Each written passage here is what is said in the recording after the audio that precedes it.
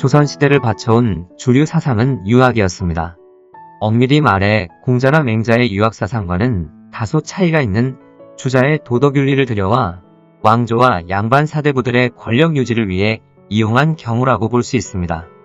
특히 조선 중기 이후 말기에 이르러서 사색당파로 몰락의 길에 갈 때까지 그 기저에는 유학이 의식을 지배하고 사회체제를 규정한 영향이 절대적이었습니다. 조선 중기 한때 실학파들이 등장하며 농업 중심의 사회에서 상업을 부흥시키자는 주장이 나왔지만 전체 조선왕조 500년 역사에서는 그야말로 한순간 햇살에 불과한 현상으로 지나갔습니다. 이러한 조선왕조의 체제와 사유를 규정한 유학의 기본 이념은 군자는 의리를 기준으로 행동하고 소인은 이익을 기준으로 행동한다였습니다. 근본적으로 양반 사대부나 국가는 이익을 추구해서는 안 된다는 것이 유학의 이념이었습니다. 이윤을 추구하는 행위, 곧 상업적 거래를 동반하는 어떤 행위도 할 수 없었습니다. 이윤을 남기고 장사를 하는 행위를 상인이 하는 행위로 제한한 다음 상인을 산업공상의 최하위, 천한 신분으로 묶어버렸습니다. 결국 양반이 이윤을 추구한다면 그것은 곧 천한 신분과 소인배로 전락시키는 것을 의미했습니다.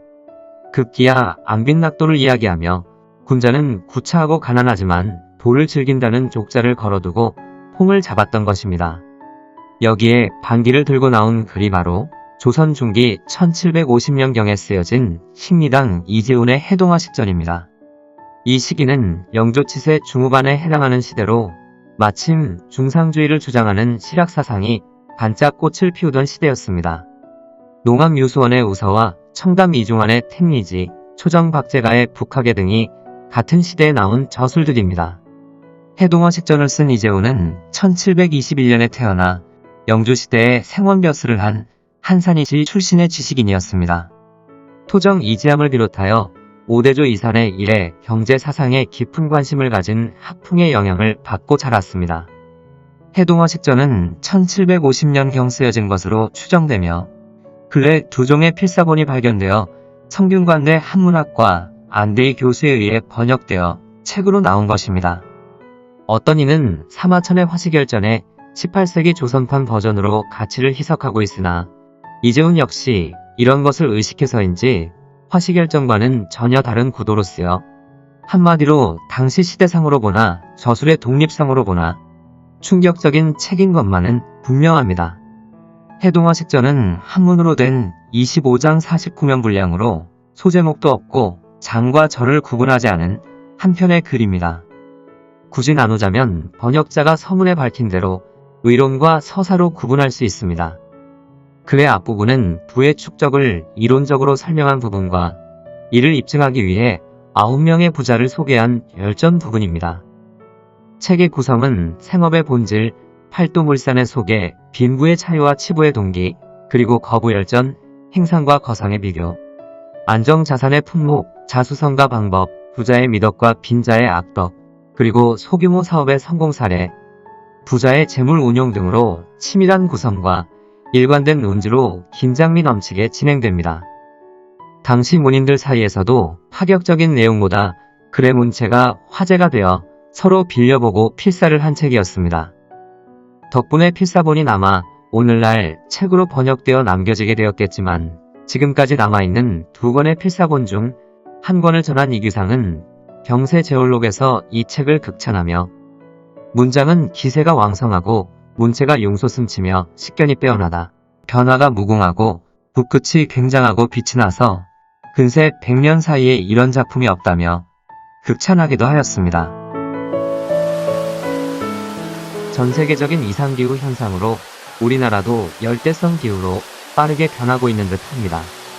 올해는 초봄부터 유난히 흐린 날이 많고 거의 주말마다 비가 오고 있습니다. 중국 양쯔강 일부 지역은 20일 동안 비가 내리면서 중국 9개 성, 79개 하천 지역에 홍수경보가 발령됐다는 소식입니다. 이 계속되는 폭우로 양쯔강 수위가 156년 만에 최고를 기록했다고 하니 본격적인 장마철이 되면 작년과 같은 엄청난 홍수 피해가 나지 않을까 걱정입니다. 후덥지근하고 궂은 날씨에 어울리는 커피가 있을까요? 달싸하면서 시원하고 깔끔한 커피가 어울리는 계절입니다. 커피가 있는 책방. 오늘은 첫 시간으로 건강하고 맛있는 커피, 닥터케이 원두를 핸드드립으로 내려 얼음 넣어 만든 시원한 아이스 커피 한 잔으로 해동화 식전을 함께 보도록 하겠습니다.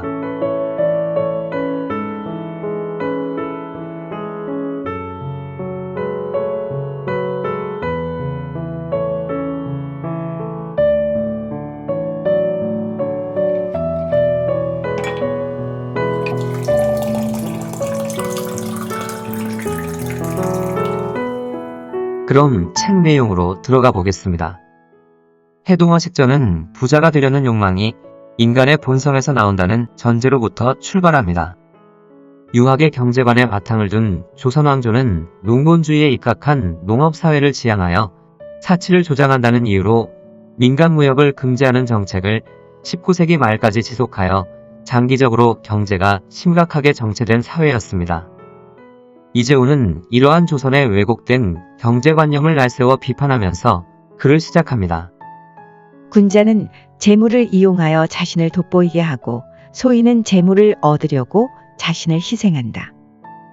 부유하다고 누구나 덕을 좋아하는 것은 아니고 가난하다고 누구나 악을 쌓는 것은 아니나 이런 처신의 뿌리와 근원을 깊이 살펴보면 그렇다.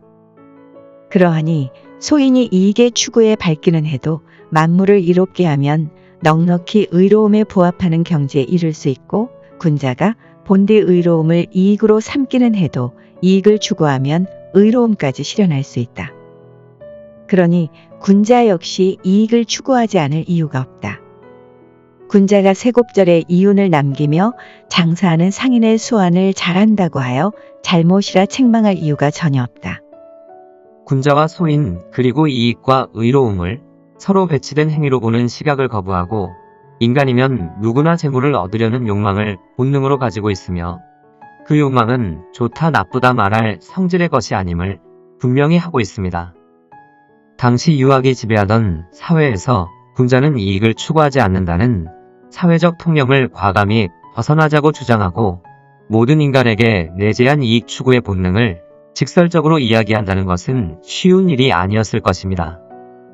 더 나아가 부자는 나쁘고 빈자는 착하다라는 조선 사회에 깊이 뿌리 내린 통념을 거부하고 있습니다. 선악의 판단이 단순했던 조선시대에 빈부는 도덕적 판단과 바로 연결되어 있었습니다. 이재호는 그런 통념과 구도는 그릇되었고 굳이 도덕의 잣대를 들이대자면 오히려 그 반대가 옳다고 입증하려 했습니다. 가난은 온갖 악덕의 온상이므로 가난을 벗어나 부를 얻어야 한다는 역발상은 조선의 유학자로서는 감히 할 수 없는 말이었습니다. 여기서 한 걸음 더 나아가 글 전체에서 부자 예찰론을 펼치고 있습니다. 한마디로 가난은 악이고 부자는 선이라는 것입니다. 현명한 자가 어리석은 자보다 아래이고 어진 자가 인색한 자보다 못하다라고 꼬집고 있습니다. 조선 사회의 과도한 부자 경멸의 문화를 조롱하고 대담하게 부자를 찬미하고 있습니다. 부자는 존경의 대상이 되어야 하고 그 이유를 다음과 같이 이야기합니다. 부자는 위로는 나라가 부과한 세금을 거부하지 않으니 이는 충성됨이고 아래로는 향촌의 이웃 사람에게 금전을 빌리지 않으니 이는 청렴함이다. 안으로는 육친에게 옷을 따뜻하게 입히고 음식을 배불리 먹도록 하며 화목하게 지내니 이는 효성과 우애와 자애로움이다. 밖으로는 가깝거나 소원한 친구들이 찾아와 돈을 빌려달라고 하면 언제나 흔쾌히 허락하니 이는 인자함과 의리와 신의이다. 관원상제 예식의 예물을 잘 갖추어 놓으니 이는 예절 바름이다. 걱정거리를 풀게 하고 이를 처리함에 구차하지 않으니 이는 지혜이다. 서울에서 멀리 떨어진 벽지 마을에 살고 있거나 경성의 시장 바닥에서 생업을 꾸리고 있어도 당세의 공경대부들이 앞다투어 알아주려 한다. 그런 까닭에 재물을 써서 관직에 진출하여 문 밖으로 나가지 않아도 몸은 높고 현달한 지위에 이르니 이는 귀함이다. 부자의 행위는 충성, 청렴함, 자애로움, 신의, 예의, 지혜, 귀함 등 기준을 충실하게 실천하고 있다고 했습니다. 부자야말로 국가에 세금을 거르지 않고 내는 충신이요 누구한테도 손을 벌리지 않는 청렴한 사람이요. 가족을 사랑으로 감싸는 자애로운 사람이요. 이웃과 친구를 돕는 신의가 있는 사람이자 예절 바르고 지혜로운 사람이라는 것입니다. 게다가 아무리 숨어 지내고 낮은 곳에 처해도 나라에서 찾아내 벼슬을 주려고 한다라는 고귀한 존재라는 것입니다. 맨손으로 시작하여 자수성가한 부자는 인간 사회의 미덕에 총알하고 추켜 세웁니다. 반면 빈자의 악덕에 대해서는 더 나을 세워 조목조목 따지고 있습니다. 가난한 자는 관아에 내야 할 세금이나 환곡조차 제때 내지 못하는데 충성스럽다 할 수 있는가? 이쪽에서 꾸고 저쪽에서 빌리느라 경황이 없고 거리낌 없으니 청렴하다고 하겠는가? 육친이 서로 떨어져 떠돌아 헤매는데도 속수무책으로 구해내지 못하니 효도하고 우애하고 자애롭다 하겠는가? 속으로는 불쌍히 여기는 마음이 있어서 남을 구제해주고 싶어도 힘이 없고 마음속으로 분개하여 지조를 지키고 싶어도 도로 지조를 빼앗긴다. 남에게 돈이나 곡식을 빌리고 약속한 날짜가 지났어도 갚지 못한다. 그를 어질고 의롭고 신의가 있다고 하겠는가?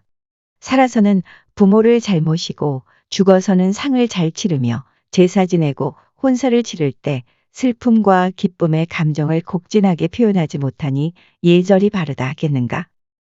지금 이 순간 우리 귓가를 때리는 교훈이 아닐 수 없습니다. 가난은 게으름의 결과이고 가난은 곧 죄악이라는 것입니다. 그래서 생업에 종사하는 것만이 부를 얻는 정상적인 방법이고 당시로서는 파격적인 오늘날에도 통할 경영 능력과 성공 방법을 이야기하고 있습니다. 그리고 노력과 신의, 의지와 결단력 등 몇 가지 요소를 구비할 것을 요구하고 있습니다. 때를 잘 만나 비생산적인 방법으로 부를 얻은 관료나 공신과 같은 존재가 아니라면 경영 계획을 잘 세워 실행하는 것이 중요하다고 이야기하고 있습니다. 경영 계획과 추진력을 중시하며 스스로의 노력을 통해 부를 획득한 자수성가형 부자를 진정한 부자로 생각하였습니다. 그래서 거부열전 9편에서는 가장 나은 경영 방법부터 가장 졸렬한 경영 방법까지 5가지 사례를 들어 소개하고 있습니다. 각각 요새말로 선택과 집중, 과감한 투자와 경영의 비밀 유지, 투자 시기의 정확하고 신속한 판단과 용기 등으로 부를 이룬 경우입니다. 공경과 불운에 처하여 격분하는 것은 의지요. 무에서 유를 찾아내는 것은 지혜이며 계획을 결단하고 과감하게 실행하는 것은 용기이며 처음부터 끝까지 게으름 피우지 않는 것은 정성이며 남과 함께 일하되 속이지 않는 것은 신의이다. 이 5가지를 갖춘 다음에야 이익에 관한 일을 더불어 말할 수 있다. 이 중에서 하나라도 없으면 다른 4가지를 갖추고 있다 해도 성공하지 못한다. 9길 되는 높은 산을 만들 때 삼택이 하나의 흙이 모자라 완성하지 못하는 것과 같다. 이것이 바로 부를 구하는 큰 법이다. 큰 부자가 되기 위해서라면 의지, 지혜, 용기, 정성, 신의의 5가지 요소를 모두 갖추어야 하고 어느 하나도 빠져서는 안 된다고 했습니다. 오늘날의 경영 지침서 중에서 보는 듯 실감나는 내용이 아닐 수 없습니다. 이렇듯 정면으로 조선 사회의 근간에 거침없이 비수를 들이댄 내용이니 오랫동안 금서처럼 묻힐 수밖에 없었고 실제 이런 주장을 폈던 몇몇 실학자들은 사회의 배척을 받거나 역적으로 몰려 말로가 좋지 못했다고 합니다. 해동어 식전 뒷부분은 팔도의 경제지리와 물산에 대해 자세히 나오고 시장과 환경의 예측 능력에 대한 이야기, 상인의 종류와 규모에서 김생열전, 황두본열전, 조막선열전, 최선비열전 등 자수성가로 부를 이룬 사람들의 재미있는 이야기가 소개되고 있습니다. 워낙 짧지만 많은 이야기들이 한편의 다큐멘터리를 보는 듯 흥미진진하고 군더더기 없이 빠르게 진행되어 분량상 책 한 권으로 부족해서인지 부록으로 허목의 땅의 역사, 이응징의 동방화식지, 성호 이익의 재물의 생성 등과 한문 원문이 함께 수록되어 있습니다. 부록 3편은 모두 조선시대 전국 물산에 대한 이야기를 각각의 필자들이 엮은 글들입니다.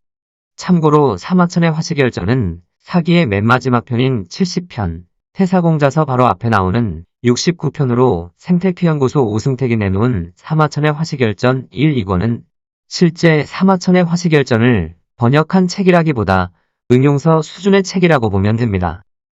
커피가 있는 책방 오늘은 지금 사회에 첫 발을 내딛는 자녀들에게 반드시 선물해주고 싶은 책, 조선시대 재테크 서적, 이재훈의 해동화 식전에 대해 알아보았습니다. 감사합니다.